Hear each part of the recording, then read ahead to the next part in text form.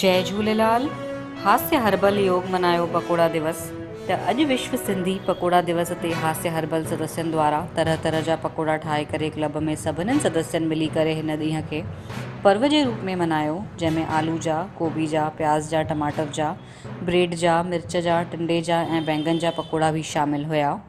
Club जे सभिनीनि सदस्यनि अलॻि अलॻि वैरायटियुनि जे पकोड़नि जो सवादु वरितो ऐं वाधायूं ॾिननि, जंहिंमें मुख्य रूप सां क्लब जा अध्यक्ष कन्हैया लाल आहूजा, अमर रूपानी, प्रताप परथानी, राजू हरियानी, नरेश गिहानी, परमेश्वर तिवारी, प्रताप पारवानी, भगवान दास, उमेश वैष्णव, लोमस साहू, रमेश दुआ, अरविंद दाबड़कर, दिनेश शुक्ला, दयाराम लालवानी, रामेश्वर तिवारी, गौराहा जी ऐं कीर्तन गुप्ता उपस्थित हुया।